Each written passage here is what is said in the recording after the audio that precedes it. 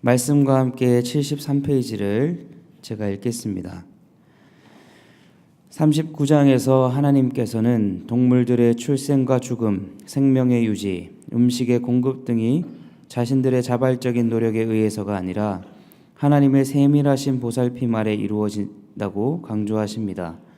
즉 인간의 지혜를 가지고는 동물계의 신비스러움을 설명하기란 불가능한 것이기에 인간은 자신의 무지를 인정하고 하나님의 통치를 겸허하게 받아들여야 한다는 것입니다. 40장은 하나님의 두 번째 말씀으로 욥의 무능함을 지적하기 위해 하마와 악어를 등장시켜 그들의 특징들을 열거합니다. 이를 통해 동물일지라도 하나님의 능력에 복종한다는 것을 암시적으로 드러내면서 피조물을 다스리지 못하는 인간의 무력함을 드러내고 있습니다. 아멘.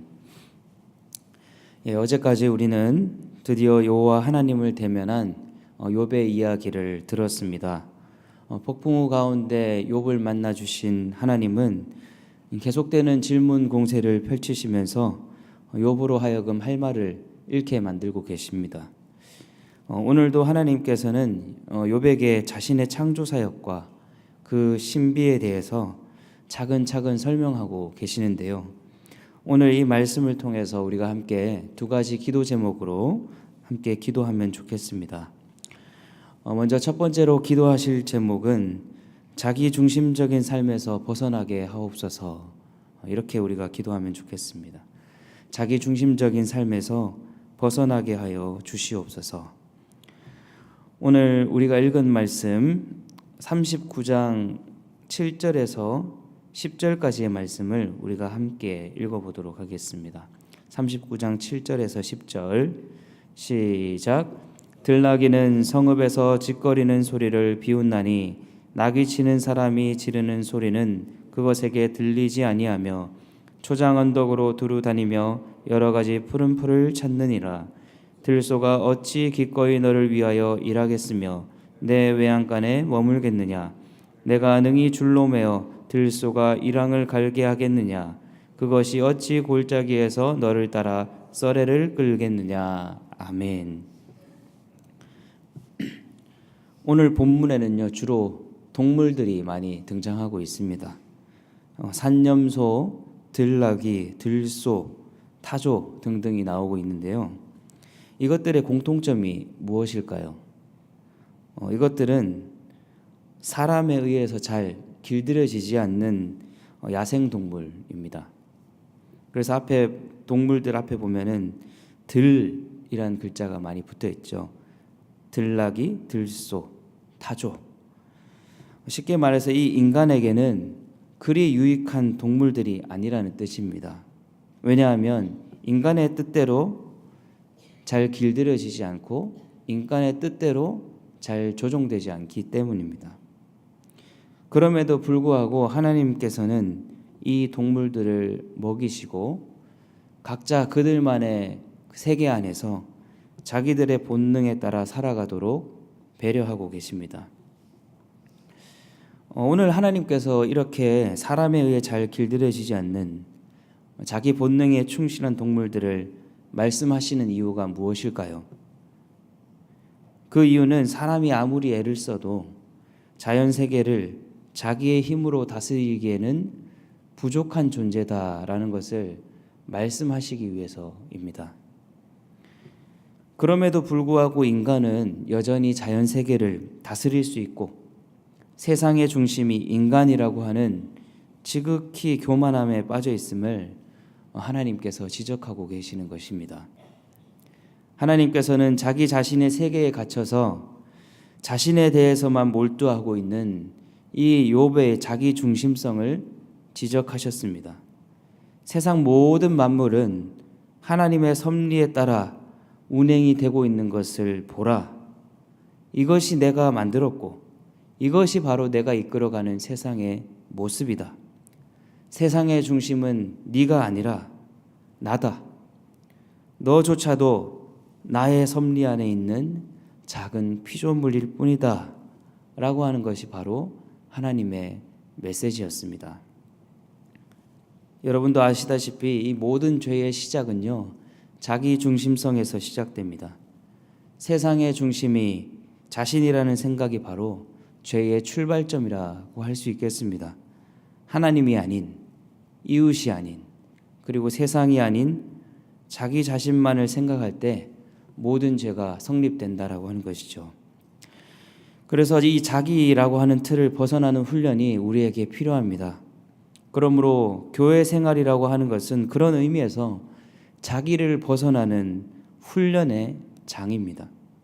함께 어울리고 공동체 생활을 통해서 나와 너의 다름을 깨닫게 되고 그 속에서 자신이라고 하는 그 존재가 얼마나 속 좁고 연약한 존재인지를 깨닫게 되는 것이죠. 교회 학교에서 수련회나 성경학교를 하는 것도 모두 이런 자기라고 하는 틀을 부수기 위한 것들입니다. 특히나 요즘에는 외동으로 자라나는 아이들도 많고 또 공동생활을 경험할 기회가 적어서 자기 중심성이 강화되고 있는 세대인데요. 수련회나 성경학교가 그러한 자기 중심성을 약화시킨다라고 하는 겁니다. 그런데 이 교회 생활이 이러한 자기라고 하는 틀을 부수는 기회가 아니라 오히려 자기를 극대화하는, 자기를 비대하게 만드는 경우가 종종 있습니다. 교회 생활을 통해 자신의 이권을 챙기고 교회 안에서 나름대로의 권력을 행사하여서 다른 사람 위에 군림하고자 하는 욕구가 있다라고 하는 것이죠. 자신을 더욱 드러내고 싶고 자신의 존재감이 드러나지 않으면 다른 사람을 괴롭혀서라도 자신이 드러나야만 하는 이 지독한 자기 중심성이 내 안에도 있음을 기억하셔서 오늘도 주님, 제 안에 연약한 이 자기 중심성을 고쳐주시고 하나님 섭리 안에서 겸손히 살아가게 하여 주시옵소서. 이렇게 기도하시는 저와 여러분 되기를 간절히 소망합니다. 두 번째로 기도하실 제목은 함께 한번 따라해 보겠습니다. 하나님의 공의로우심을 신뢰하게 하옵소서. 오늘 읽은 말씀 40장 8절에서 9절까지 말씀을 우리가 한번 읽어보도록 하겠습니다. 40장 8절 9절 시작. 내가 내 공의를 부인하려느냐, 내 의를 세우려고 나를 악하다 하겠느냐. 내가 하나님처럼 능력이 있느냐, 하나님처럼 천둥 소리를 내겠느냐. 아멘. 하나님께서 말씀하시기를 욥이 하나님의 공의를 부인했다라고 말하고 있습니다. 어떤 의미에서 욥이 하나님의 그 공의로우심을 부인했을까요? 욥의 친구들은요, 욥이 겪는 고난이 욥이 지은 죄 때문이다라고 이야기를 했습니다.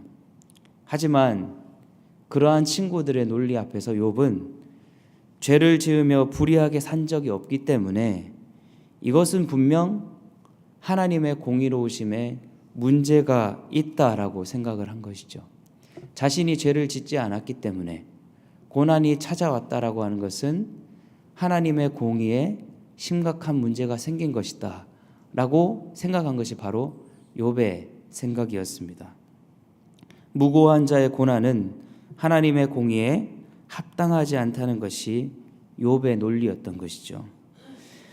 다시 말해서 이 욥의 친구들이나 욥이나 매 한 가지로 같은 생각을 가지고 있었던 것입니다. 죄를 지으면 고난당하고 그것이 하나님의 공의로우심이라는 그 패턴을 욥조차도 벗어나고 있지 못했다라고 하는 것입니다. 욥조차도 이 인과응보라고 하는 도식에 갇혀 있었던 것이죠. 욥에게 있어서 이 공식이 무너지는 순간 인생의 혼란이 찾아왔습니다. 그가 철석같이 믿었던 이 하나님에 대한 공식들이 하루아침에 무용지물이 되고 만 것이죠. 욥이 하나님께 자기가 겪고 있는 고통의 이유를 알려달라고 한 것도 바로 이 때문이었습니다. 그런데 직접 하나님을 대면하고 하나님의 말씀을 듣고 보니 자신이 얼마나 하나님에 대해 오해하고 있었는지, 얼마나 자신의 편협한 신앙관 안에 하나님을 가두고 있었는지를 비로소 깨달았던 것입니다. 계속해서 우리가 10절에서 14절까지 말씀은 한번 읽어보겠습니다. 40장 10절에서 14절 시작. 너는 위엄과 존귀로 단장하며 영광과 영화를 입을지니라.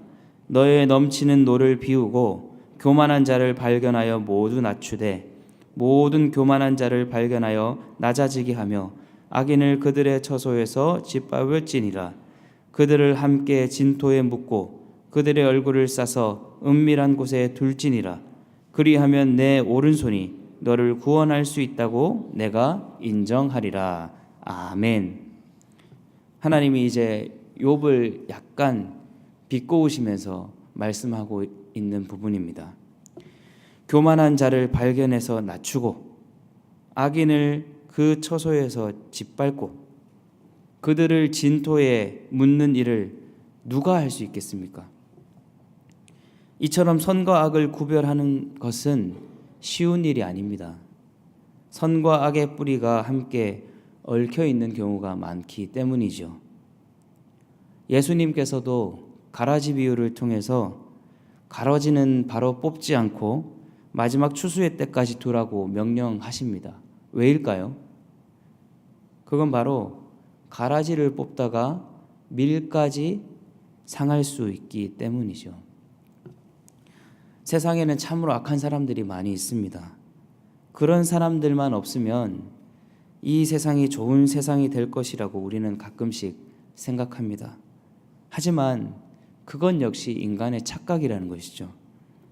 이런 생각을 하는 사람들이 오히려 자기 마음에 들지 않는 사람을 제거해서 자신만의 세상을 만들려는 모습을 우리는 많이 봐왔기 때문입니다. 우리에게 고난이 찾아오면 우리는 습관적으로 하나님께 항변합니다. 하나님이 공의로우신 분이라면 어찌 저에게 이러실 수 있습니까? 그러나 우리는 그렇게 묻기 전에 먼저 스스로에게 물어야 됩니다. 하나님이 혹시 다른 계획을 가지고 계신 것은 아닐까? 내가 혹시 하나님을 오해하거나 하나님에 대하여 속단하고 있는 것은 아닐까? 하나님의 정하신 때가 혹시 있는 것은 아닐까? 사랑하는 성도 여러분, 혹시 고난 가운데 계십니까? 하나님의 공의가 완전함을 신뢰하시기를 부탁드립니다. 욥조차도 하나님의 공의에 대해서 의문을 제기했지만 그것이 속절없는 것임을 우리는 보았습니다. 우리의 좁은 틀에 하나님을 가두어서 하나님이 공의롭지 못하다 생각지 마시고 우리의 이성 너머에 존재하시는 완전하신 하나님의 공의를 바라보게 되시기를 축복합니다. 그래서 내가 겪는 이 고난 앞에서 마침내 하나님의 완전한 공의를 깨달을 수 있도록 지혜를 허락하여 주시옵소서. 이렇게 기도하시는 저와 여러분 되기를 간절히 소망합니다. 이 시간 함께 두 가지 기도 제목을 가지고 기도하겠습니다.